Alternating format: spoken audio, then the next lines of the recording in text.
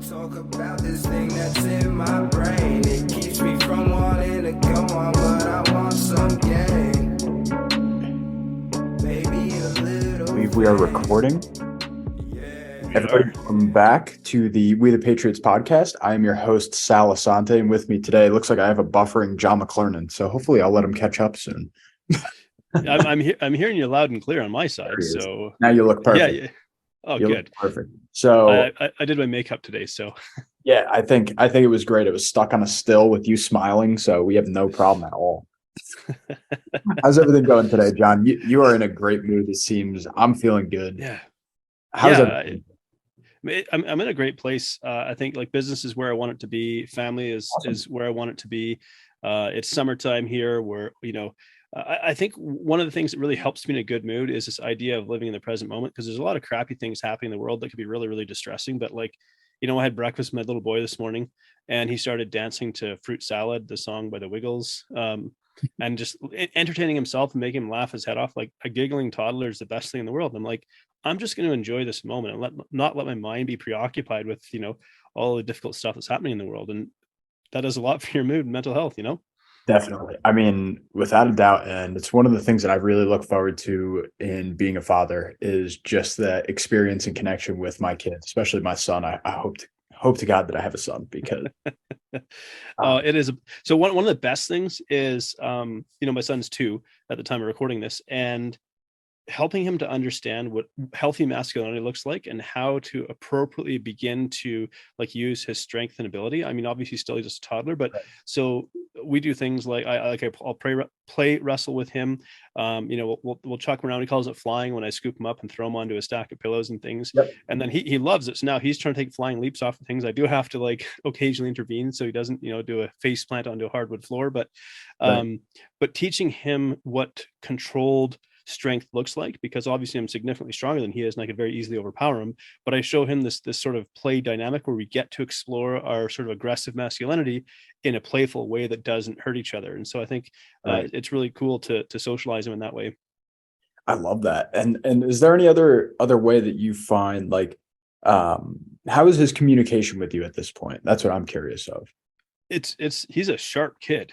And I'm not just biased because he's my kid. I am biased because he's my kid, and I think he's the cutest kid in the world, and I love him to bits. But a lot of people remark like how switched on and present he is as a kid. Yeah. Like he's just he comes out with stuff that just blows our mind. Like one day, a couple months back, I opened the microwave and he goes, "There's nothing in there." I've never explained to him the concept of nothing. Mm-hmm. Where did he come up with this idea because we just take it for granted that we know what this means. How did he recognize looking at the microwave and not seeing anything in there that there's nothing, so stuff like that just kind of like boggles my mind. But the flip side of it, the other thing I do, I probably tell him I love him at least 100 times a day. Mm-hmm. Kiss him on the forehead or the head all the time, give him hugs, cuddles, snuggles, that kind of stuff, because I also want him to know what healthy affection looks like as well. And that it's, it's okay to show love as well. So really kind of showing him both sides so he grows up in this healthy emotional environment where he doesn't feel the need to like the emotions are bad, but learns how to regulate them and work within them. So modeling behavior is super important. Absolutely. Yeah. I couldn't imagine that's playing a tiny role at all because, looking back on all of our childhoods, I think we all wish that we were told that a little bit more. Yeah. I of course my work revolves a lot around psychology, behavioral psychology, and neuroscience, and how the brain works. And so I look at I'm 41. My kid, he was born at 39. I'm an old dad in a sense. Most people's kids are happening in their like 20s, early 30s, that kind of stuff. I would not have made a good father at that stage in time in my life. And right now I have the benefit of this level of like perspective and understanding and emotional maturity that allows me to explore my relationship with him in a different way. Had I been 10 years younger, I probably would have tried to like control his tantrums. I would have been angered by his emotions and things like that. And so I think he's really fortunate that he gets this version of me than the version that I used to be 10 or 15 years ago. Exactly. Oh, I could not agree more. And so I know you mentioned that you have another one on the way. How is the work holding up during all this? It's at the tough stage. We're about 10 weeks out from when the baby's gonna be born. a lot of people look at her and think, oh, you must be due any day. And she's like, it's 10 weeks to go. Yeah. For some reason, she, you know, pregnancy is such a fascinating thing. And I try to drop all preconceived ideas about what it's supposed to look like. I have like my respect for mothers and motherhood and womanhood like has gone up infinitely watching my wife go through pregnancy. It is the most like when we stop and think about it, like she's literally growing another human inside her belly. Right. You know, it's like you know, and we talk to them, we call them Peanut. I say them because we're gonna leave it as a surprise, but whatever they are, they're going to be that. We're not going down that road, you know. Yeah, I was but afraid there, but I'm like, that's not John. no, no. That might be a topic that we explore a little bit. But you know, Sure. watching them like move around, being able to like, oh, like, is that a foot? Is that like a hand? Like, look at them kick and things like that. Like, it's Right. pretty like impressive to see. And then you know, I talked to Peanut, and you know, my other son, he's aware that there's a baby in mommy's tummy, and so we have him like talk to Peanut as well, and just acclimatize him to the idea that it's still going to be a shock for him, but there's going to be another human being joining the family. But Right. so what's really challenging from my wife's perspective, of course, is that we've got a busy toddler. I work full time. She's just gone on mat leave, but she's 7.5 months pregnant with a 2-year-old. Like, wow, you know. And like my dad comes over once a week to help, but he's 72, right? And he's pretty good for a 72-year-old. My mom, she's not so able. Just not mobility is not great. She has to use a walker. She's 74 going on 75. And so we're doing a lot of this on our own. So I have to try to be very conscious of the need to show up and give her breaks. And I can do that because I work from home, but to give her breaks during the day, because it's exhausting being 7.5 months pregnant and having a toddler. Now, thankfully, our little boy is like, he can play pretty well independently. And we're really lucky in that regard. I can imagine. Yeah, because that's at that age where if you don't keep them entertained, that they're going to find their entertainment some way, somehow. Yeah. The only thing I try to watch out for is him climbing on things to potentially fall down the railing that like overlooks the stairs. Like we have railings and gates, but you know, kids, they surprise you with what they figure out how to do. And like, there's videos of like kids climbing out of cribs and things like that. That's the one thing, admittedly, that terrifies me. Like we try to make it inaccessible, but he is so like clever that he somehow is aware without us. We try not to draw attention to things that are like really risky or dangerous, because from a child's brain, if this draws mom and dad's attention, this is something that I want to do more of because I really enjoy mom and dad's attention. You know, and so like when he misbehaves, for example, I react in a very minimal way. Like I might hold him and I might help him regulate and things like that, but not make a big deal out of it, because otherwise that conditions his brain to think that behavior is a way to get more attention. But it definitely terrifies me, the thought that he could climb over the railing and fall down the stairs, admittedly. Definitely. And how is your treatment with, this is the last thing I would want to ask on your kids, not to make it the whole show, but no. Clearly I love being a dad though, man. It's like the best. I know it's so fun to talk about though. But what is your philosophy, you and your wife's philosophy on screens and the children? Minimal access. Okay. So he's aware they exist. We have family overseas. So my brother lives in Turkey. My sister-in-law, my wife's sister, lives in Switzerland. Her family lives in Australia. I have family in New Zealand. So we have family across the Atlantic and across the Pacific. So obviously technology facilitates that. He's aware that we take photos and videos, but the only time he really watched a show was when we were flying between Canada and Australia. He got to watch some Paw Patrol. But the funny thing is he wasn't super interested. He's like, give me my truck back. I want to play with that. So we thought, okay, we'll try and use the screen to distract him because it's a 15-hour flight between Sydney and Vancouver.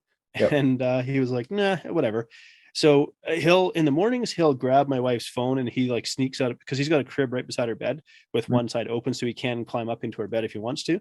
But he like sneaks out really quietly in the morning, slips out the door, like grabs her phone, and he has figured out how to turn music on. So we give him a Bluetooth speaker so he can listen to music. It's got like flashing lights and things. But I'm so keenly aware of how screen time can affect a developing brain that there's no games, there's no movies and things like that. It sounds like I'm being strict or harsh, but like look at any like technology founder, like, pardon me, Steve Jobs, I think his kids didn't have screen time until they're 4 or 5 years old.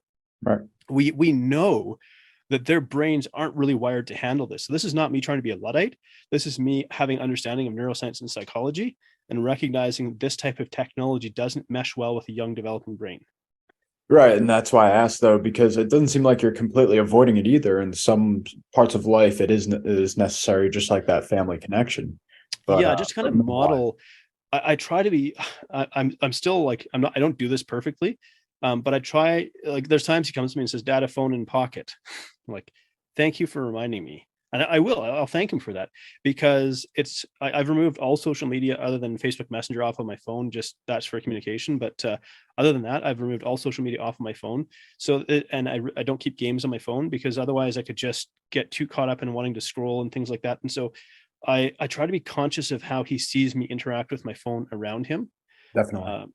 And I think that's important as well, to show him that I'm there to be present with him and pay attention to him. And sometimes maybe I'm just reading a book or something like that and letting him play independently. So he doesn't feel like he always has to have our attention, but letting him know that I'm there and I'm present.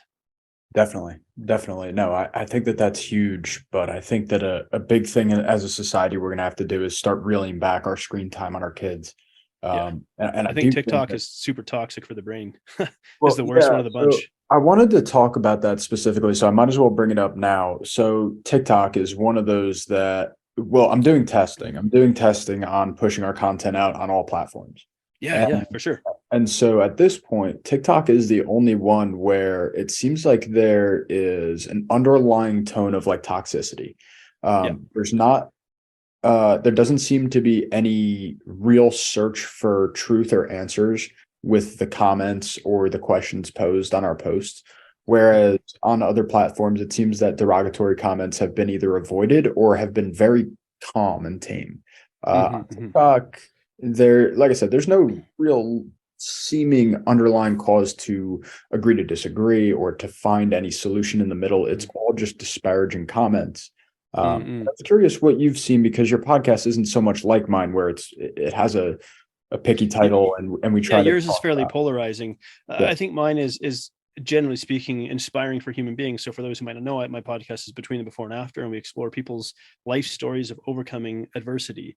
And Mhm. so there's an element of storytelling that most people can find some common ground in. And we generally, I'm not opposed to polarizing topics, but we generally don't go in that direction, because we're just Right. exploring, but in the case of what you're describing here, and like, I don't use TikTok. I think I had a TikTok account back in 2019. And then I hopped on once again in like 2021 for maybe like less than a week, because Mm. I'd had a guy on who I really well respect, and he built up a following of like 600,000 plus on TikTok. And I was like, oh, okay, so it's like the platform to get on if you want to grow. But one of the things started happening, like the first thing it shows me is like women doing like essentially softcore porn, Well, like yeah, repeatedly. that's insidiously through it. And if you're a male, you're going to get sent that content. Yeah. And so I was like, look, I got a male brain, and I recognize that my, like, a certain part of my male brain is drawn to this, but I also recognize that this isn't healthy and I don't actually want to see this. It's Right. like it's like junk food, right?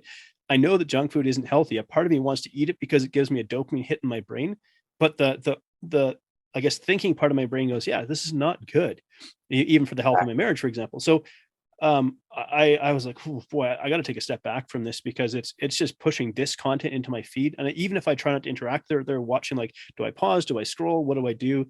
And so, but I really think TikTok is damaging, and it's not just TikTok. We pick on them, particularly because of the connection to the Chinese Communist Party, and it's very clear that they're CCP spyware.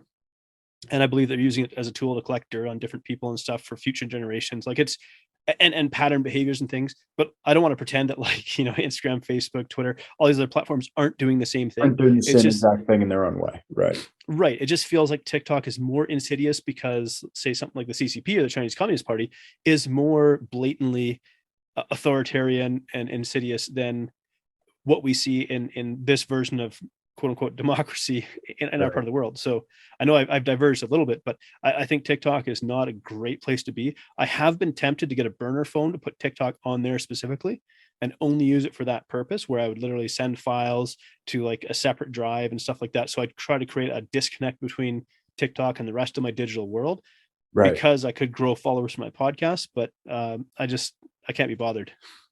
Right. Yeah. And like that's where we're at. It's like a crossroads because making decisions like that, like it's obviously an audience that you're missing out on, but is it the audience that you want or is it worth Yeah. your while? Um, yeah, it's very odd to me because I've been getting very, very positive feedback on almost every other platform Mm-mm.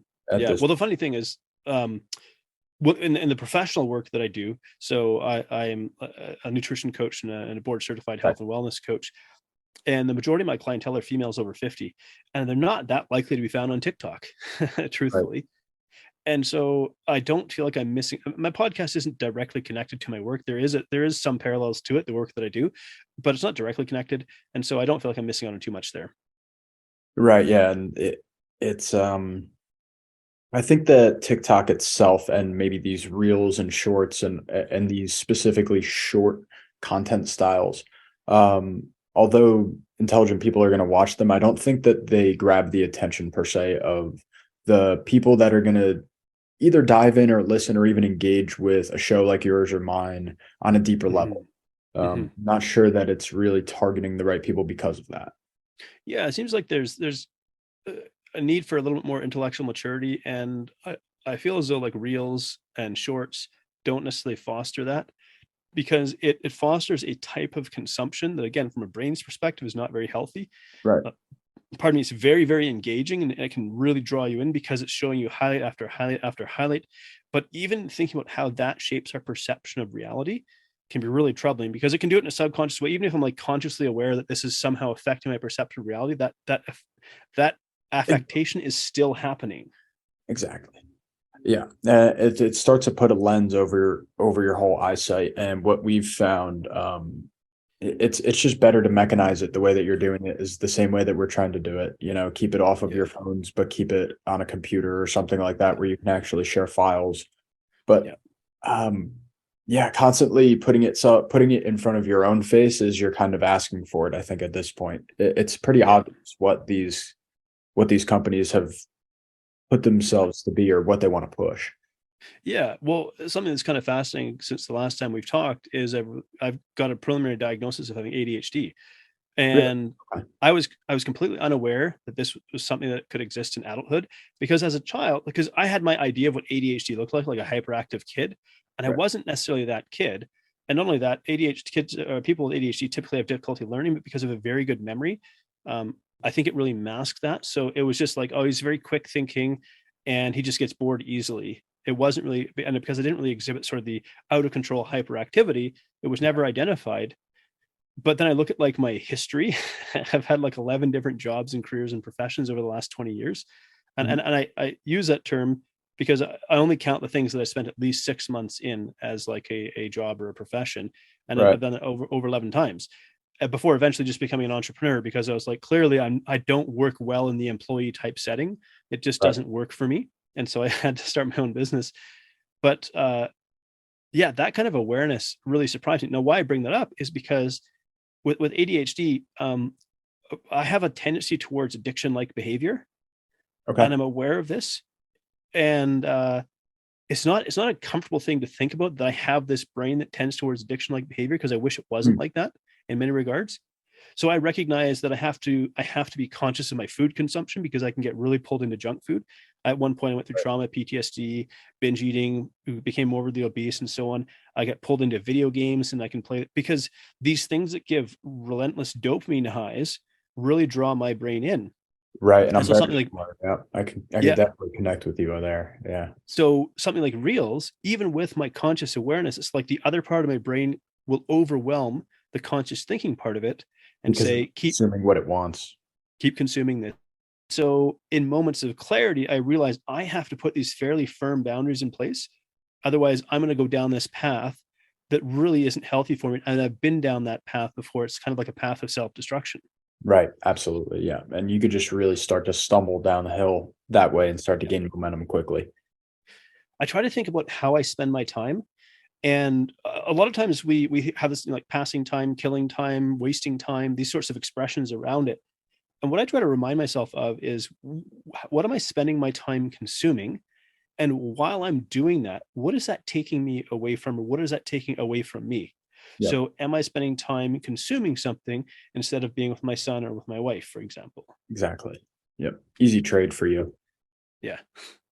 Yeah. So I wanted to talk a little bit of current event with you because this is just so happened to bother me over here in New Jersey. What's going on with all these freaking smoke plumes coming down here, man? Can you Oh do you yeah. have any idea what's going on?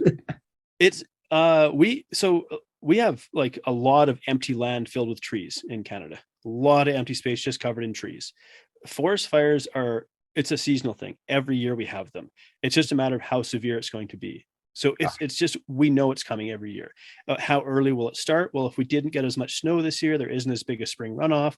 The water table is a bit lower. It's going to come sooner. Right. But what because we live in sort of generational cycles and we have a very short attention span nowadays, we don't recognize that forest fires are actually part of a natural, healthy forest cycle, but it moves in like decades. The forest as an ecosystem is unaware of, our desire to harvest it for raw materials and things like that. But Correct.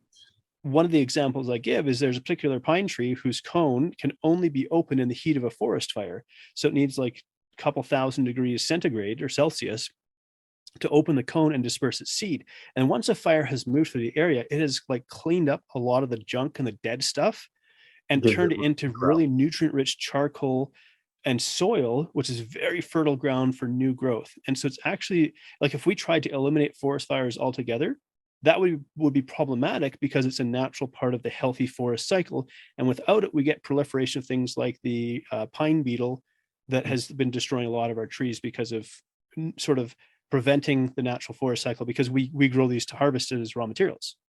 Right.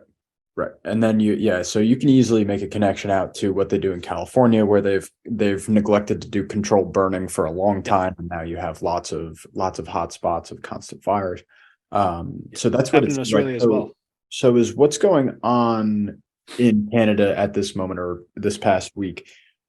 Is that anything that's like out of the ordinary, or was it really just a pretty, just a cleanup fire that ended up sweeping winds around? Yeah, I think it's probably a little bit more severe than Okay. average. I mean, the last time it was probably this severe, it would be about I think it was 2017 or 2018. I'm trying to remember. We had, I don't know if you heard of the town Fort McMurray, but it made like the global sort of news cycle. It's a city of about 300,000 people, but it's a very isolated city. It's like 7 hours north of the next major city. And it's up in what we call the oil patch. And it exists primarily because of oil extraction in that region of our province, but it's surrounded by forest for hundreds of miles in all directions. And so it got surrounded by fire. And so basically it was like this town was surrounded by hell, because not only do you have these fires burning, you have this thick smoke overhead, and which makes the air unsafe to breathe, but the fire is consuming all of the oxygen. So you have that as a problem as well. Now you try to drive a vehicle in this to escape, and people are like driving down this highway with like walls of flames on either side of them. The engines are getting choked with the smoke and the lack of oxygen and things like that. Like it was a horrifying thing to watch. So this kind of pales in comparison. It's relatively minor, I would say. Like it's still bigger than average, but yeah, for us, we're like, it could have been started by an idiot who flicked a cigarette. Could have been started by a lightning strike. It's kind of hard to know at this point. Right. And it turned pretty big, so that you're not going to trace it back. Nah, not at this point. That's pretty interesting, because I was in the thinking that more than likely this happens more often than we think. It just so happened to swirl our direction, and now everybody in New York City is making a big stink at it. Yeah, because you're not the first to ask. I mean, I was chatting with a lady yesterday who I hosted on my podcast, and she was asking about it. And so it's funny that the smoke's like made its way down to you, because we think about like weather patterns and the cycle and the movement of it. So this air was over us like a couple of weeks ago, where the air quality index, I think normal or good is something like 20. I forget what the exact scale is. Anywhere under 50 is pretty healthy, I think. Yeah. So we were 17 times above normal at one point.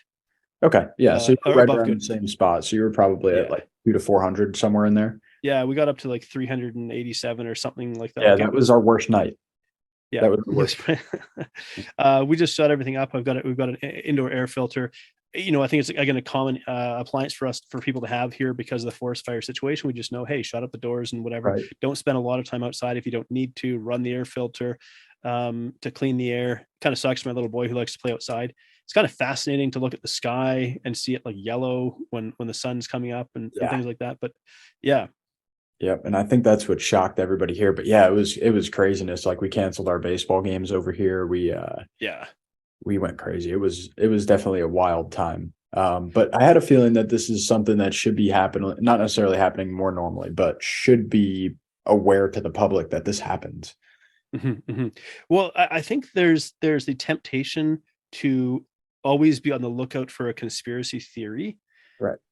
And I'm like maybe sometimes a conspiracy theorist. I like examining and trying to understand human behavior. Yeah. So, but I want to be careful of like, not everything is like an insidious government conspiracy to destroy us. Sometimes it's just life happens.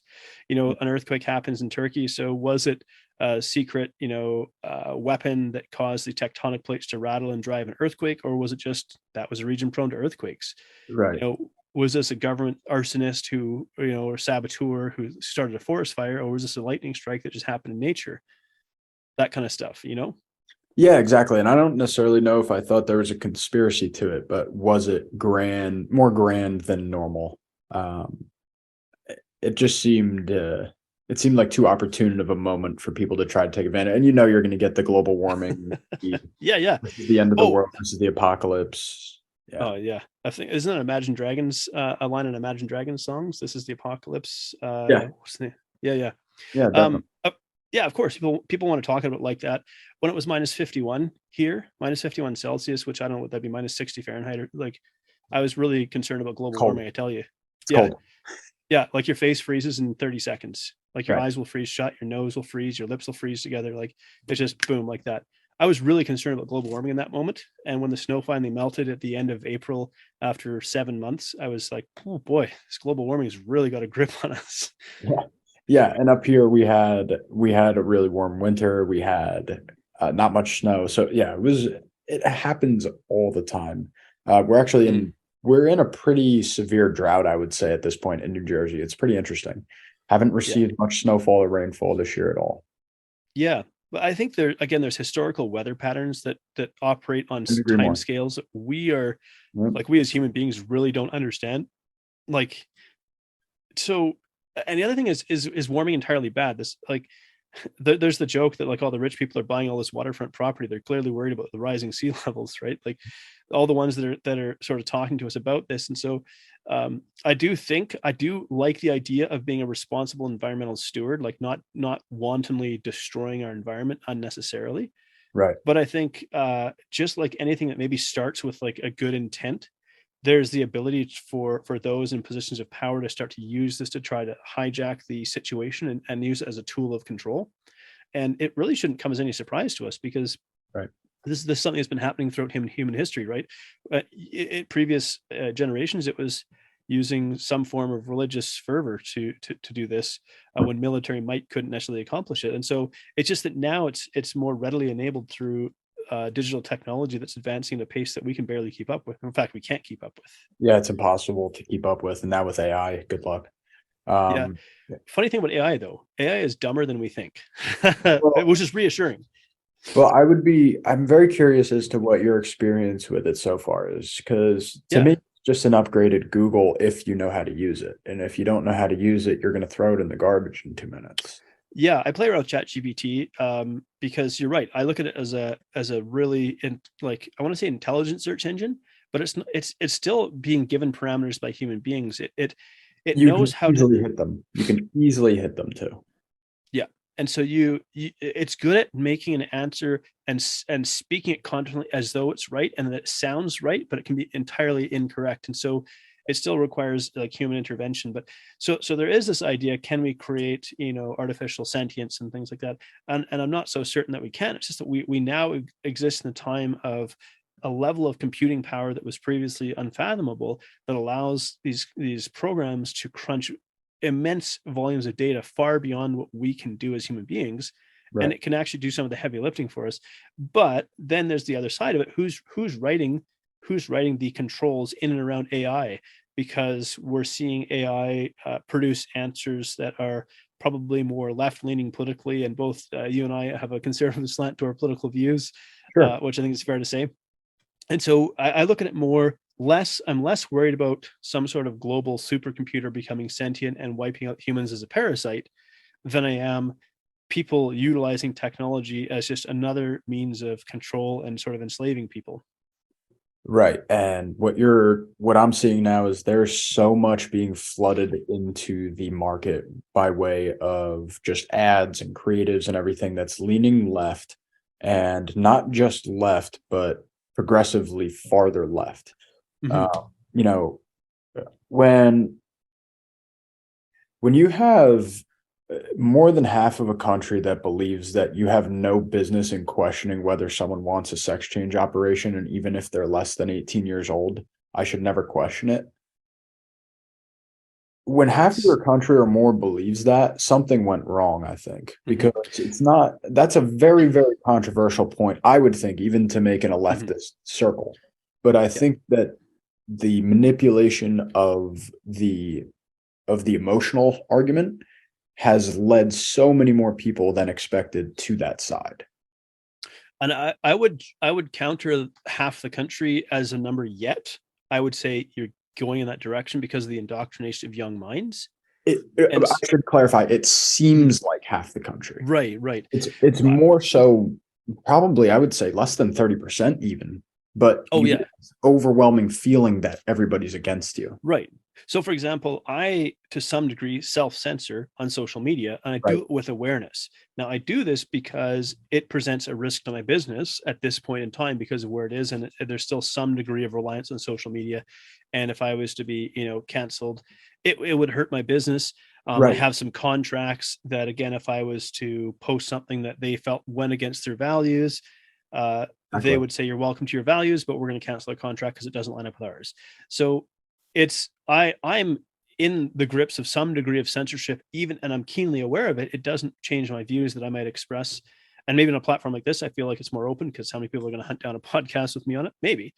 Whereas, posting something on social media that someone can screen grab and it can be quickly consumed. But um, what's fascinating, I have a client who's a psychologist, been a psychologist for 40 plus years. The roles are reversed because I'm working with her. But what's really fun is because I also have a background in psychology, I can work with her and she knows exactly the tools that I'm using, but still recognizes that there's value in it and so on. But I said, "Hey, can we flip the script for a minute?" And I asked her if I can get her explanation or her thoughts or understanding, because she actually specializes in the field of multiple personality disorder, borderline personality disorder. Oh, very And interesting. oh yeah, it's fascinating. My first question, of course, was like, "Are you ever scared when someone like switches personalities?" She's like, Right. "No, it's not like people portray it." And there's a whole, and there's a whole, going back to the TikTok thing, there's a whole toxic trend of people pretending they have multiple personality disorder and they can, "Oh, I'm going to switch and roll my eyes back." It's like, it doesn't happen like that in real life. Right. They're clearly faking it, but they're driving people to think that they have this. And there's a whole conversation to be had around social contagion in particular. But I think that's a conversation for another day, my friend. We could go for I think an so. hour. We can go for an hour on that. But so I just asked her thoughts on like transgenderism as Sure. it's being kind of forced on children, and she feels that it's extremely unethical. But I said, and I agree with her. I think it's extremely unethical. And weird. Just before coming on the show, I was kind of pondering this idea because I've heard the phrase like transgenderism is a cult, and I'm differentiating transgenderism from the LG and B part, and maybe even the Q part. I don't know. The T itself is kind of this uniquely That whole strange. acronym confuses me at this point.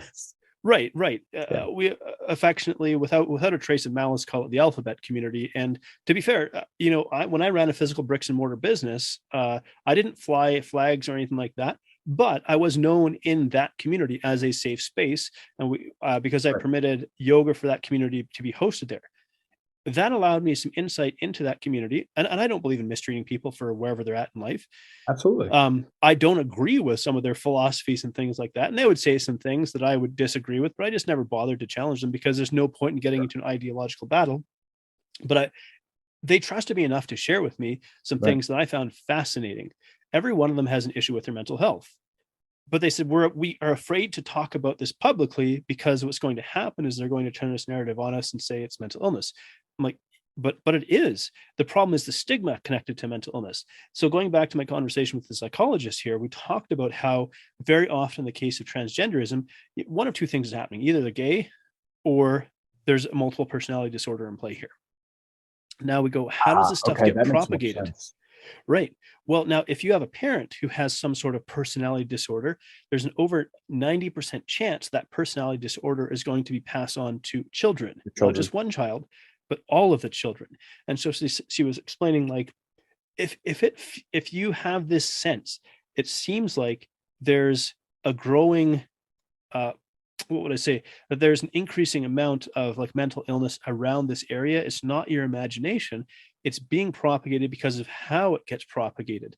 There's so many different reasons. Like the idea of multiple personality disorder is a very fascinating one. There still is like a base personality, like who an individual is. And again, it's not always as clearly defined as like an entirely different person, but it's like taking on different personalities. So she said she feels that there's an element of that within this community. Hmm.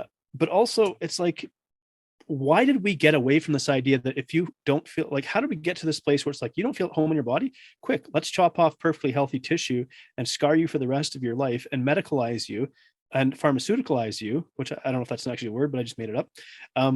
It works. It, It's explainable. right. In the name of profit. How did we get to that place? Because we're being force fed something. Like you said, you have the impression that at least half the country is in support of this.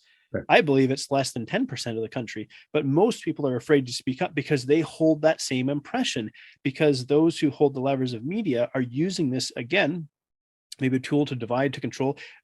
And I don't necessarily think there's one grand conspiracy. I just think there's multiple ways that human beings who have sociopathic or psychopathic tendencies often rise to positions of power and look at different ways to leverage that. There's another interesting thought. I'll just throw one more out there. And that is that rich people get bored. Rich people get bored, and rich people leverage the power, go, hey, why don't we create a way to like indulge in sexual perversion? Well, why do we engage in sexual perversion? Well, look what happened even in the Roman Empire, right?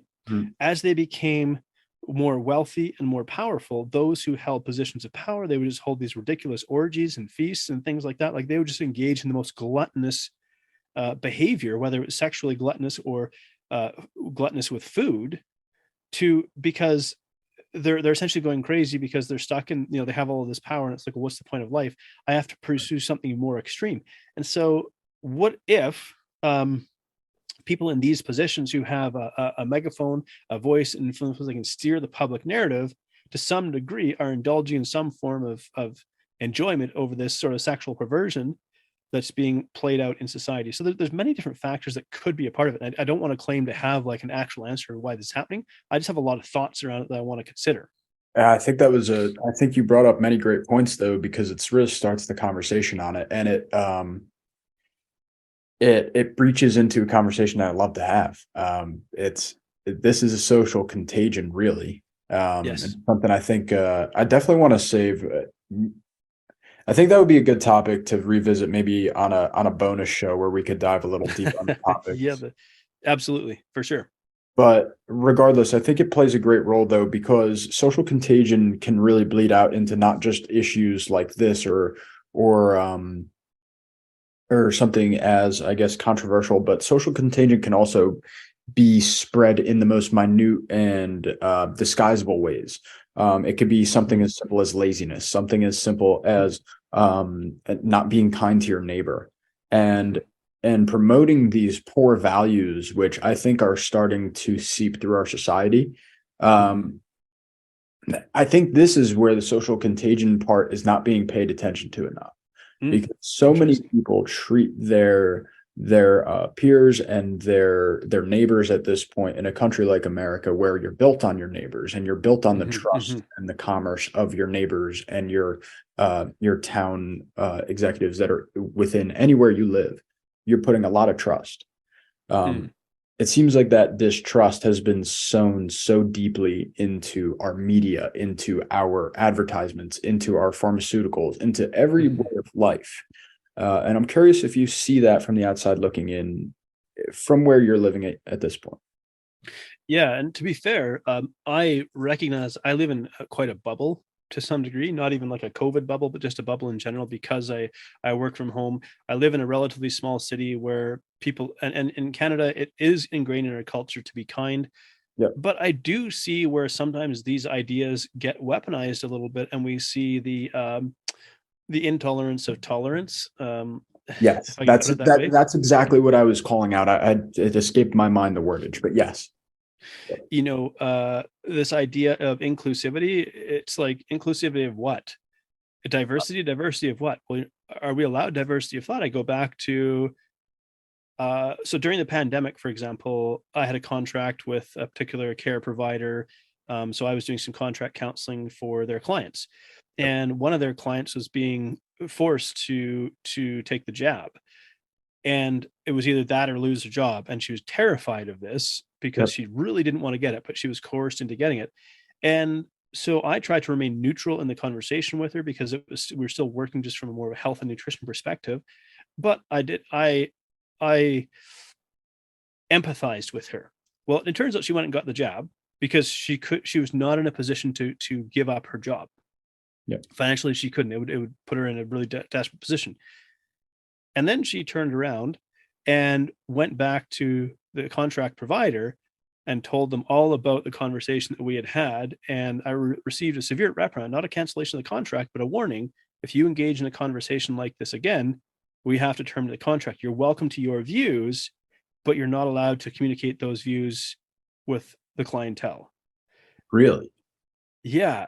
So what's fascinating about this experience was here we had somebody who was absolutely terrified, did not want to get this forced medical intervention. And I recognized, and I didn't get it either. I'm like, no way in heck. Like I'm an OG. I got the original COVID. Why would I need a vaccine for something I've already had?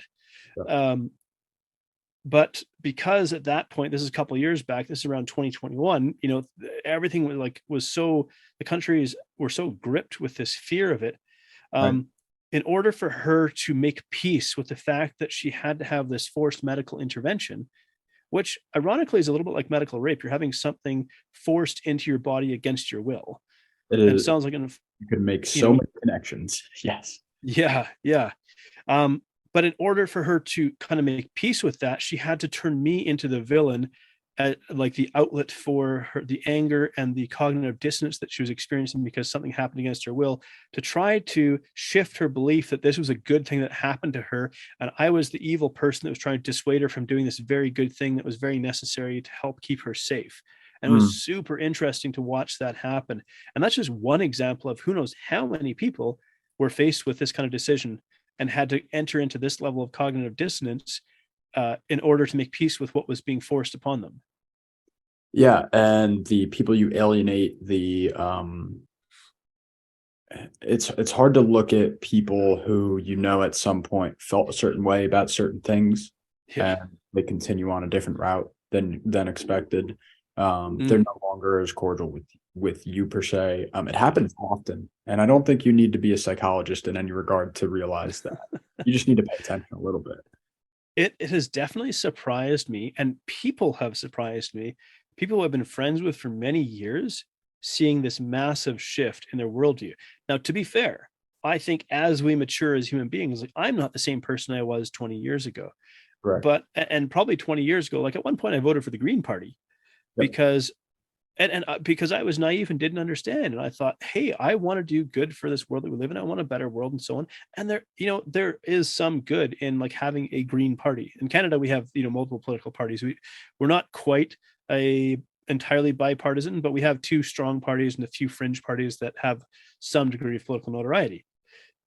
I wouldn't vote for them again. Like my values are more conservative, and I believe that occurs as we get older. It's not just an old people phenomenon, but we start to recognize that there's something about conservative values that are really good. Socialist ideas sound so good when you're young and don't have an understanding of many different things, and it comes from a good place for a lot of people. But when you start to watch the reality of it play out, you go, oh, this isn't actually a great idea. It's good on paper until you bring human beings into this, and it doesn't work. Right. And I think this is going to be right where I end it, John, because I'll end it on this question. So how do you feel about the fact that, well, this is just the way that my mind works. I never made that connection because I never thought that socialism could ever work. Being from a two-family business household, from constantly being put in a position to earn my own way in the world, socialism or anything of the sort never seemed to be a viable option. So is that uh, a bad way to approach life or a bad way to approach it mentally when you've never really even dived into those? Because the older I get, the more reinforced my values get, because I see how dark it could get.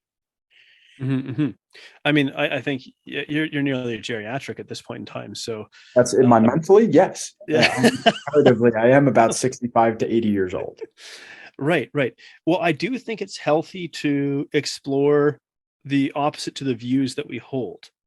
Right. A lot of people are afraid to do always this. try to put that in front of my face, but it doesn't because make me ever change my way of thinking. It reinforces it and teaches me new ways to argue. That's the only thing I've ever learned.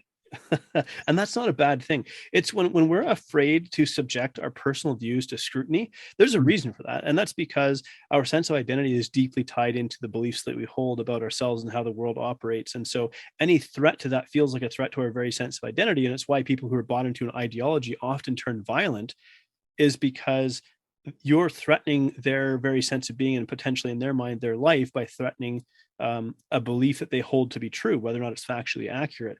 And so I try to exercise critical thinking, and I try to subject my views to scrutiny, and very often they hold up, and sometimes I do change my mind.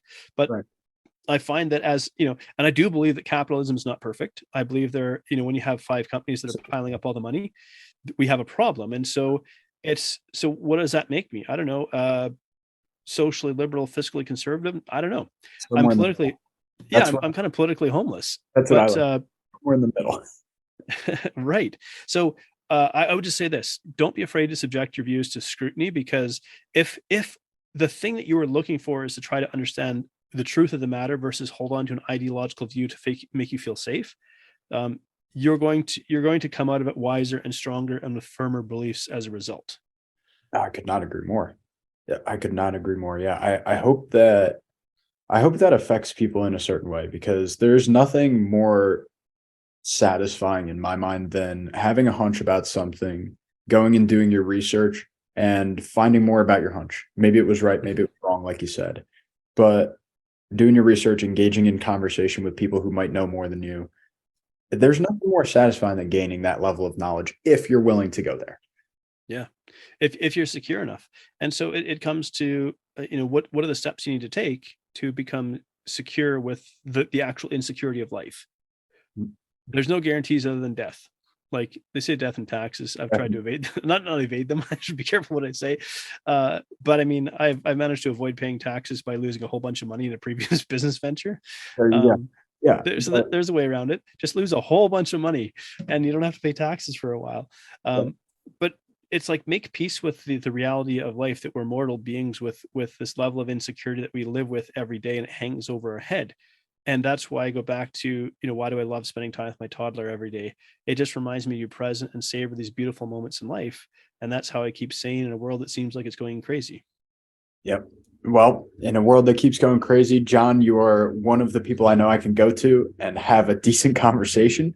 Like I said, I'll be reaching out soon. I think we got to do a bonus episode and dive a little deeper. I know specifically I have a few topics written down that I think need to be broached a little bit more with I'll say a stick of dynamite. So we'll go for that. Other than that, Jon, I hope you stay well. I hope your wife stays very healthy, and I hope the delivery goes well. Thank you. Catch up to you sometime before then, because I know you got chaos after. Oh, look, man, it's been a pleasure. Hopefully for everybody listening, that you've enjoyed this sort of winding conversation. You're kind of getting a sense into how my brain works. It goes down 8 different tracks at once. But hopefully you take something of value away from it. I always love my chats with you, Sal. Thanks again. Absolutely, Jon. I hope you have a great rest of your day again, and be well. Stop sending smoke our way, will you? Will do. These bitches say, damn, I wish I were the fucking state. I wanna be something, not nothing. Trapped inside my dream and I'm running away from these demons. But the feeling's so good, I'ma keep dreaming.